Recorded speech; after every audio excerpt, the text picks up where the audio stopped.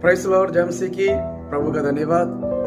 मैं आपका भाई हरजीत सोना स्वागत है आपका एम ऑफ गॉड पर, मतलब मैसेज ऑफ गॉड। प्रभु आपको आशीष दे। आज का भाग हमने लिया प्रभु के महान और पवित्र वचन में से ईमान, विश्वास के प्रति हम सीखेंगे डेविड की जिंदगी से, मतलब दाऊद की जिंदगी से। बाइबल कहता है कि जहां दर्शन नहीं है वह लोग बेसुध हो जाते हैं। हमारी जिंदगी में एक टारगेट, एक लक्ष्य, एक दर्शन होना बहुत जरूरी है। दर्शन के बिना हमारी जिंदगी में सफलता नहीं आएगी।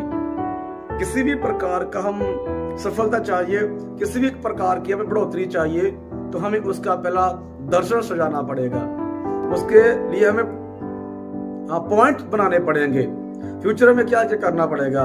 सबकी बात करें, जब हम अनमैरिड थे तो हमारे अगुवे ने, हमारे पास्टर ने कहा था कि आपको कैसी वाइफ चाहिए, उसके लिए प्रार्थना कीजिए। तो हम प्रार्थना करते रहे। कहने का मतलब कि दर्शन चाहिए। आप कुछ भी सोचते हैं तो मैं इसी बात पर प्रभु के महान और पवित्र कलाम में से देखेंगे। भजन संहिता उसका 63:11 वचन हम पढ़ेंगे। लिखा, परंतु राजा परमेश्वर के कारण आनंद होगा। यही मुझे चाहिए। यह वो दाऊद कहता है, राजा परमेश्वर के कारण खुश होगा, प्रसन्न होगा। तो यहां पर हम इसकी शुरुआत पढ़ते हैं। लिखा गया, प्यासा मन परमेश्वर में तृप्त। दाऊद का प्यासा मन परमेश्वर में तृप्त। हम इसकी एक वचन पढ़ सकते हैं, हे परमेश्वर तू मेरा परमेश्वर है, मैं तुझे यत्न से ढूंढूंगा।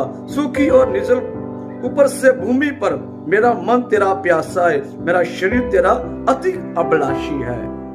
दाऊद परमेश्वर से कह रहा है, बल्कि दाऊद प्रभु से कह रहा है कि मेरा शरीर तेरा अभिलाषिक है, मैं तेरा प्यासा हूं, मैं तेरा भूखा हूं। प्रभु का महासेवक दाऊद कह रहा है प्रभु से। और हम इसी पूरे जबूर को, पूरे भजन को आशीष से भर सकते हैं। अपने संघर्ष, अपनी दिक्कतें, अपनी परेशानियां प्रभु से जाहिर करता है। लेकिन लास्ट वचन में कहता है, परंतु राजा परमेश्वर के कारण आनंद होगा। सुने प्रियो, मेरे हृदय में क्या डाला आपसे बात करने के लिए प्रभु ने। मैंने जब स्टडी कर रहा था, प्रभु ने मेरे हृदय में डाला हुआ है कि दाऊद के पास राजगद्दी अभी नहीं है। मैंने इस वचन पर स्टडी किया, इस अध्याय पर स्टडी किया, तो जब दाऊद अभी राजा नहीं है, लेकिन भविष्य देख रहा है, फ्यूचर देख रहा, ईमान से कह रहा है कि दाऊद राजा तेरे कारण आनंद होगा। लिखा गया ना कि परंतु राजा परमेश्वर के कारण आनंद होगा। खुदावंद के कारण क्या होगा? प्रसन्न होगा, आनंद होगा।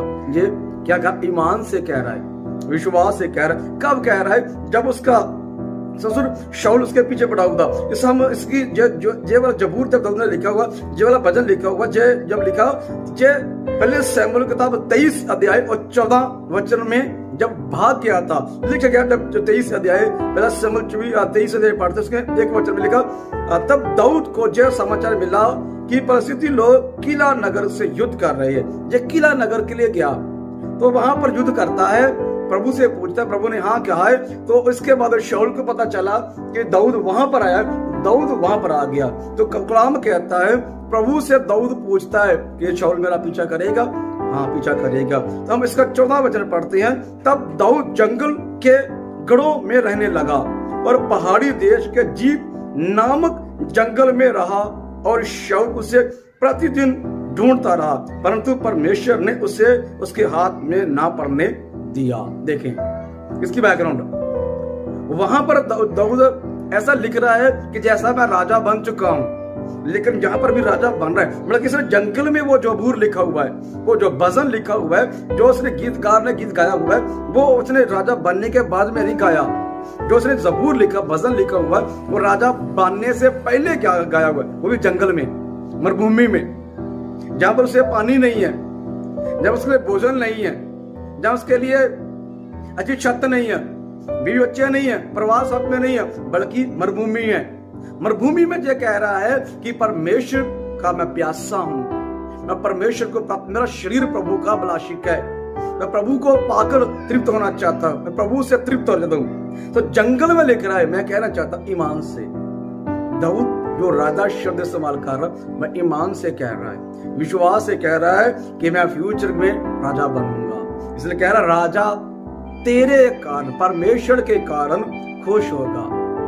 वे प्रभु पर ईमान था दाऊद को। सो मेरे कहने का मतलब यह है कि दाऊद ईमान में दृढ़ था। क्या मैं और आप, हम बाइबल में पुराने नियम का एक हीरो देखते हैं, एक्टर हीरो, उसे दाऊद कहते हैं। जब हम बाइबल स्टडी करते थे उस समय कहा जाता था कि पुराने नियम का जो एक एक्टर राजा हीरो है ना, जैसे एक मूवी बनती है, मूवी में एक हीरो होता है, तो पुराने नियम का एक हीरो दाऊद है। इसलिए दाऊद को परमेश्वर ने प्रभु यीशु के गोत्र में से, गोत्र में जो दाऊद का गोत्र है, यीशु गोत्र भी वही निकला है। मेरे कहने का मतलब है कि हम ईमान करेंगे, ईमान के साथ अपना दर्शन सजाएंगे, तो दर्शनों के प्रति बोलना है। मेरा फ्रेंड एक प्रभु का महान सेवक है, बहुत मुझे लाइक है, मैं उसे बहुत पसंद करता हूँ। तो हम पठानकोट में थे, जब स्टडी का प्रभु का वचन सीख रहे थे, तो वहां पर एक जबूर, एक गीत गाया जाता था, और नया नया समय गीत आया था। हमारी संस्था ने गीत वो लिखा था, मैं और मेरा घराना सदा यीशु की सेवा करेंगे, उसके वचन पर चलेंगे, हम आदर्श जीवन जिएंगे। ये वाला शब्द वो बोलता कि जब भी शब्द जाता था ना, मैं ईमान में बढ़ जाता था, मैं दृढ़ हो जाता था, मैं अंदर से मजबूत होकर पूरे भरोसे के साथ बोलता था, मैं और मेरा घराना सदा यीशु की सेवा करेंगे, उसके वचन पर चलेंगे, हम आदर्श जीवन जिएंगे। ये शब्द कहता जब आता था, मैं पूरे दृढ़ता से ईमान से बोलता था। और करीब 4 साल के बाद प्रभु ने दया बख्श दी, उसका पूरे का पूरा घराना सेवा कर रहा, उसका पिताजी सेवा करने लगा, उसके एक बड़ा भाई है वह सेवकाई करने लगा, उससे एक छोटा भाई है वह भी सेवा कर, 3 भाई है, वह 3 भाई है, तीनों भाई सेवकाई में आ गए। पिता है, पिता भी सेवकाई में आ गया, उसको बड़ी सेवकाई मिली है प्रभु की, बड़ी सेवकाई। और जलंधर शहर में बहुत मान सम्मान, बड़े बड़े जो प्रभु के सेवक है, मान सम्मान, वह उनसे संगत रखते हैं, उनसे मिलते जुलते हैं।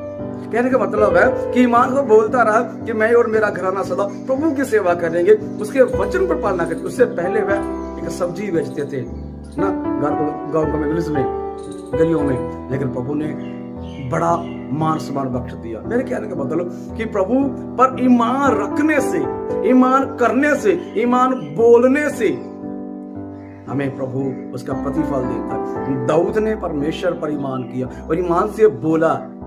ईमान का रोमी में लिखा हुआ है कि विश्वास बोला जाता है, दिल से विश्वास किया जाता है, जुबान से बोला जाता है, तब क्लियर होता है। इसलिए मुझे और आपको जो चाहिए, फर्स्ट नंबर पर दर्शन रखे, सेकंड नंबर ईमान करे, थर्ड नंबर पर विश्वास की बातें बोलिए। आपको अगर नेगेटिव लेता है, गलत लेता है तो कोई बात नहीं, लेकिन आप प्रभु में दृढ़ हुए, फूकी फालतू जैसे बाइबल कहते हैं हवा पीटने वाले नहीं, आपका ईमान हवा पीटने वाला नहीं। क्या आपके पल्ले कुछ ना हो, पंजाबी में बोलूं, पल्ले कुछ नहीं है तो विश्वास कर दे। ना भक्ति है, ना आराधना है, ना प्रार्थना, ना पवित्रता है, ना धार्मिक जिंदगी है, ना दान दशों, ना चर्च में रेगुलर जाना है, ना रेगुलर प्रार्थना, ना उपवास प्रार्थना है। अब फिर ऐसा कुछ भी नहीं है, तब जाके ईमान में दृढ़ रहे, मेरा प्रभु अमीर कर देगा, मेरा प्रभु मुझे नौकरी दे देगा, मेरा प्रभु मुझे सफलता बख्श देगा। ये नहीं, आप में खूबियां, आप में अच्छाइयां भी वह होने चाहिए प्रभु की। अब आराधना में परफेक्ट हो, प्रार्थना में परफेक्ट हो, उपवास प्रार्थना करने वाले, बाइबल पढ़ने वाले हो, वचन के साथ पूरी तरह दृढ़ हो। जैसे अपने दोस्त का बोला हुआ ना कि वह कहता है कि मैं और मेरा घराना ना प्रभु की सेवा करेंगे, उसके वचन पर चलेंगे और आदर्श जीवन जिएंगे। मतलब कि आपके वचन के साथ भी चलना पड़ेगा, तब जाकर है ना। फर्स्ट नंबर पर दर्शन, सेकंड नंबर पर ईमान और प्रार्थना बहुत ज्यादा जरूरी है। हमें मुंह से बोलना बहुत ज्यादा जरूरी है। और जो मैंने चीजें बोली है हमारी खूबियां हैं, ये साथ में चाहिए, साथ में। जैसे लाइट बल्ब एक होता है, पुराने समय में बल्ब होता था, है ना, 100 वाट का, जब 50 वाट का, जितने का भी, उसमें एक लकीर होती थी बीच में, वो जलती थी तब लाइट आती। उसी प्रकार हमारा काम उस पर सफल होगा जब वो लकीर बीच में होगी। मतलब हमारे जो मैंने खूबियां बोली है, प्रार्थना की, वचन की जो भी खूबियां बोली है, वो इंसान में बहुत ज्यादा जरूरी चाहिए, तब जाके हमारा कार्य, हमारा दर्शन संपूर्ण होगा, पूरा होगा। प्रभु हमें आशीष करेगा। इसलिए मुझे और आपको ईमान पर दृढ़ बने रहने की जरूरत है। तो उधर जंगल में भजन लिखा हुआ, मरुभूमि में लिखा हुआ है, और उसमें कुछ भी ऐसा सुख नहीं है। वह राजा नहीं था तब भी राजे के लिए प्रति बोल रहा था। सिर्फ यही बात थी जो उसके अंदर प्रभु था, उसे ये अगुवाई होती थी कि राजा प्रभु मुझे बनाएगा, पता नहीं था।